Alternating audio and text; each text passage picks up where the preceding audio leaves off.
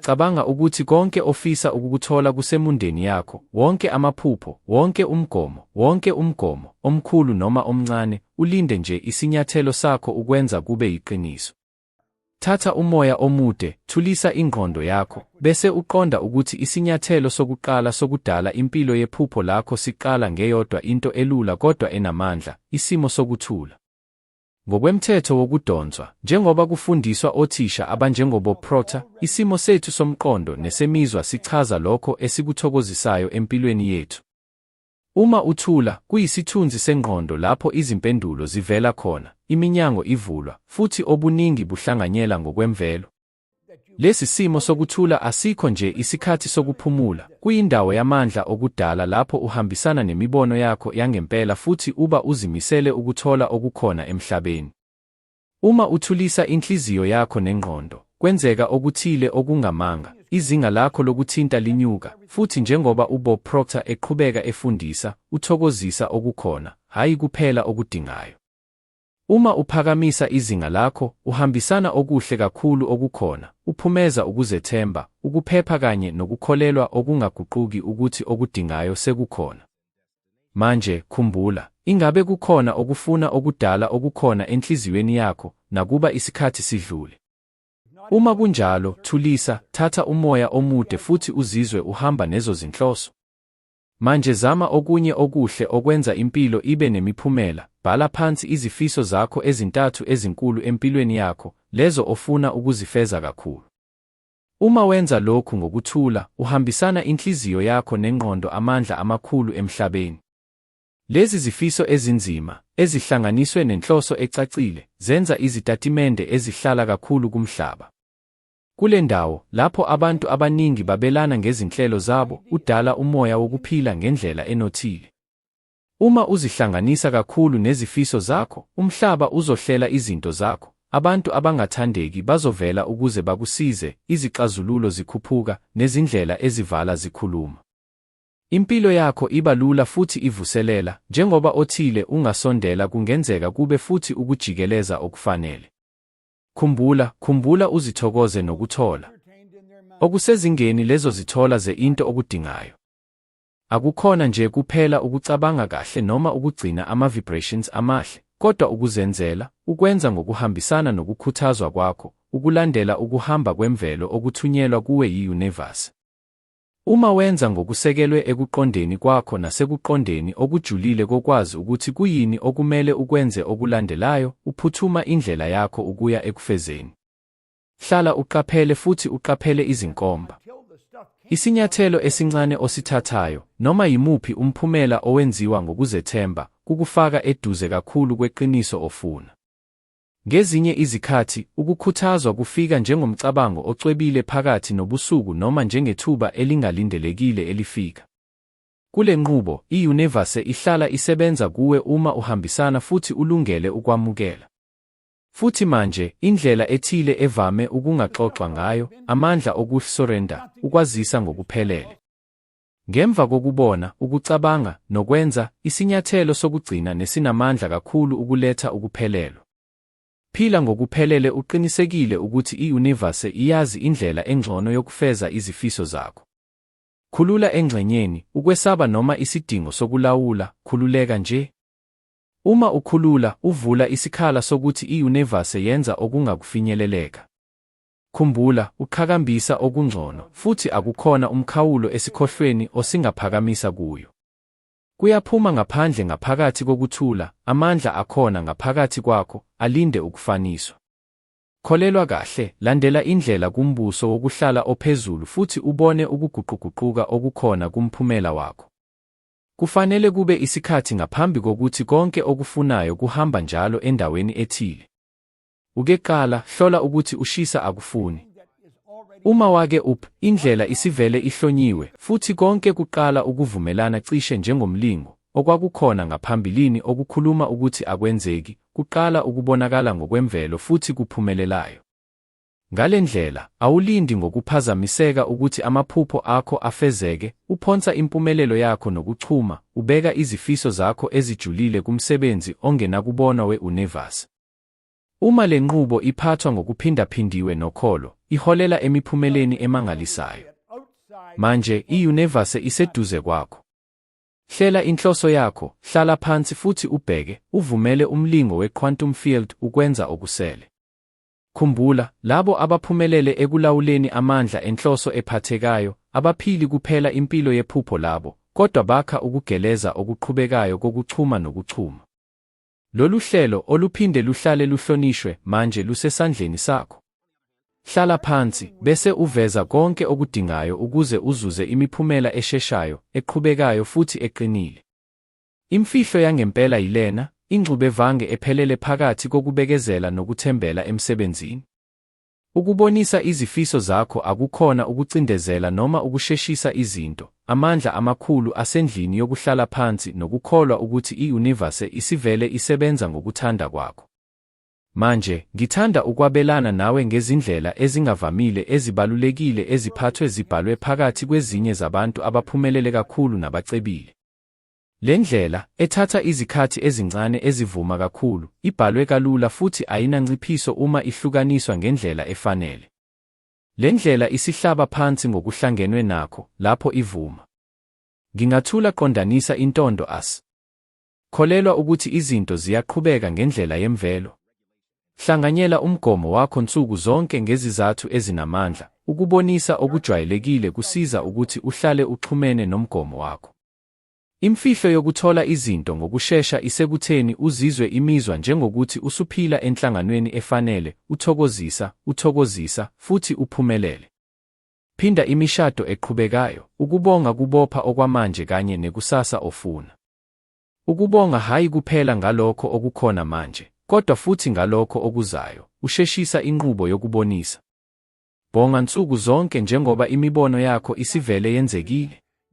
Zenzela ngokwezinto ezithokozisayo, ukuze uqinisekise imiphumela eqinile, kubalulekile ukwenza, kodwa lezo zenzo kufanele zihambisane nemicabango, ezigijimela umphakathi.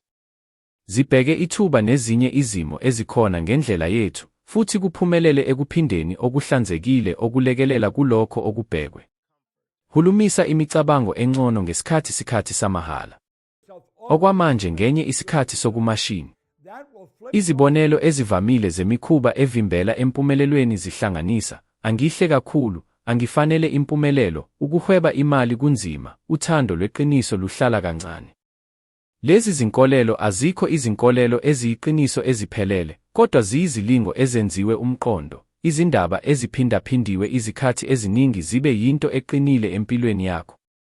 Empeleni, lezi yizindaba kuphela ozamile ukuvuma njengeqiniso, futhi ungaziguqula zibe izinkolelo ezivuselelayo. Uma usuhlole izinkolelo ezivimbela impumelelo, isinyathelo esilandelayo ukufaka umbuzo ezinkolelweni zakho. Zivela kuphi? Zisuselwa kumava empilo noma uthathe nje kuzo kusuka kumphakathi noma kwabanye abantu? Izinkolelo zethu zivela kubazali, othisha, abangane kanye nomphakathi ngokujwayelekile. Buza kumphakathi wakho, ingabe le nkolelo ingisiza? Ingasiza kanjani ukufinyelela engifuna? Uma impendulo ithi cha, lesi sikhathi sokukhulula le nkolelo, uqaphele ukuthi ayiqiniso kuzo zonke izikhathi futhi ukuthi unamandla okudala isisho esisha ngokwakho. Njengoba uqale ukufaka imibuzo nokuphula lezi nkolelo ezivimbela impumelelo, isikhathi sifikile sokuzifaka ezinkolelweni ezivuselelayo. Isibonelo, uma ukholelwa ukuthi imali ihamba kancane, shintsha le nkolelo, imali ingenisa kahle uma ngihamba phambili ngezinto ezisezingeni. Lezi nkolelo ezintsha kufanele ziqinise njalo, kwaze kwaba yilapho zibe yiqiniso elisha kumqondo wakho ophansi. Le nqubo yokuphindaphinda ibizwa ngokuthi ukuphinda uhlelo lokucabanga. Imfihlo ukuthi ingqondo yakho engaphansi ayikwazi ukuhlukanisa phakathi kweqiniso kanye nemibono yokuphila okukhuluma ngokuhlola, lapha kuthiwa uma ulungiselela umqondo wakho njalo, uthando omunye okwenziwa. Lo mkhuba ushintshela igxathu lakho kusuka ekunciphiseni ukuya ekuhluphekeni, uheha amathuba amaningi, umnotho, kanye nenjabulo. Bhala izinto ezintathu ozibonga zonke izinsuku, kuhlanganise nezifiso ofuna ukuziveza sengathi seziqala ukuba yizinto ezenzakalayo. Le nqubo idala indawo yokuqhosha ethatha kalula imiphumela ofuna yona.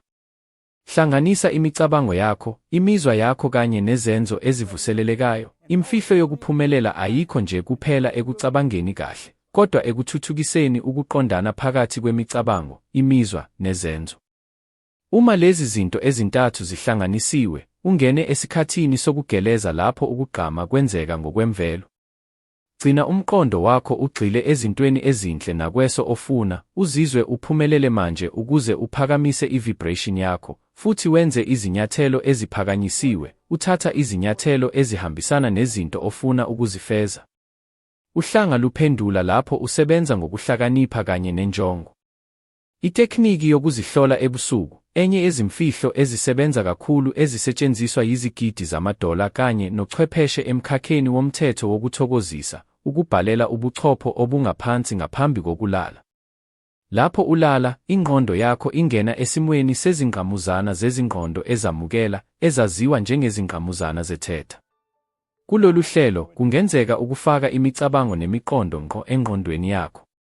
Nazi izindlela: ngaphambi kokulala, phinda izinto ezinhle noma ulalele izinkulumo ezikhuthaza izinkolelo zokuthokozisa. Bheka ukuba uphila impilo yephupho lakho futhi uzizwe ubonga njengoba konke sekuphumelele. Phumula futhi uqinisekise ukuthi ingqondo yakho iyasebenza ngesikhathi sokulala ukuze ufeze izifiso zakho. Le tekniki inamandla ngoba ivumela ingqondo yakho ukuqhubeka nokucubungula lezi zinto ngesikhathi sokulala, isiza ukuthi uvuke ugxile kakhulu kulokho ofuna ukukwakha.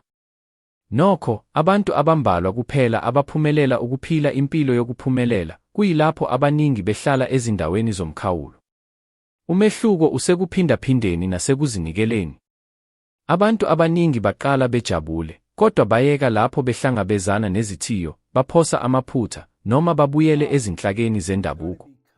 Abantu abaphumelele, izigidi zamadola kanye nabantu abajabule kakhulu, baqonda ukuthi imfihlo ibalulekile kumsebenzi wansuku zonke. Balandela lezi zinyathelo ngobuqotho, ngokuphindaphinda kanye nokukholwa okuqinisekile, beqeda izinkolelo ezinqabile futhi begxile ezixazululweni, empumelelweni nasemphumeleleni. Abanye bayaphumelela ngoba bayalwela, kuyilapho abanye abaqhubeki ngoba bavumela izinkinga ezinjengokungabaza nobumnyama ukufuduka emhlabeni wabo. Manje, unalo ulwazi oluthakazelisayo lokuhlola ukuthi umzuzu ogcwele ukunikezwa nokuphumelelayo. Kudinga nje ukuthi uqhubeke nale nqubo ngokuzimisela kwansuku zonke nokuphikisana, ukhumbule ukuthi okudingayo sekusele kakhulu emizimbeni. Khumbula njalo, isikhala sihlala silungele ukunikeza okudingayo. Phinda ungahambisani impela ekuhlukanisweni kulabo oziza ngokuza kucela. Le mfundo iyilungelo lakho, ihlale ilindele ukuthi ukholelwe ngokuphelele kuwe, emandleni akho nasekulungilekeni kwakho kwazo zonke izinto ezinhle. Ufanelwe umphumelelo, ukuthula kwengqondo, injabulo nothando, okukhanya kuzo zonke izici zokuphila kwakho. Ungavumeli ukuphika noma ukwesaba kuthinte leli qiniso. Ungumkhulu, ongajwayelekile, futhi usudlule esinyathelweni esisodwa kuphela ekuguqulweni ngokuphelele kwephupho lakho. Yonke imicabango emihle kanye nenzo ngayinye eshukumayo ikusondeza kakhulu kule mfundiso emangalisayo. Manje, ngifisa ngokweqiniso ukuthi inhlalakahle ifike kuwe ngokushesha nangamandla, futhi uzwe, kuzo zonke izintambo zomzimba wakho, inani elikhulu olinalo. Ake zonke izicapha ezivaliwe zivule ngaphambi kwamehlo akho, indlela yakho ikhanyiswe, futhi uhamba kuyo ngokuzethemba nangokucacile, wazi ukuthi ufanelwe konke okungcono okuphuma kuzo zonke izinkanyezi. Kholelwa kuwe, kholelwa kumandla akho, ngoba kusukela ngomzuzu owavuma ukuveza izifiso zakho, izinkanyezi zithole ukufuna ukusebenza ngokuhle ngakho. Ukunqoba kuphakathi noma ungakuboni, futhi umnqobi wokuphila impilo owayiphupha ngayo. Ungumkhulu, unelungelo, futhi okubaluleke kakhulu, ufanelwe zonke inhlalakahle kanye nempumelelo. Ungavumeli noma yini noma muntu ukukuphonsa phansi. Imvelaphi ofuna yona isiqalile ukuba khona, futhi lowo phupho olude manje usuwele lapha futhi manje. Hamba phambili futhi wamukele konke okukho. Uma le vidiyo ikuphumelelise, shiya ukubonga kwakho kumaphuzu aphansi, wabelane ngemibono yakho noma uziveze izifiso zakho ngenhliziyo egcwele ukubonga nokugcwaliseka. Siyabonga ngokubuka. Ungakhohlwa ukucindezela ilike nokuphendula ukuze usekele ikhasi. Sizobonana kwividiyo elandelayo.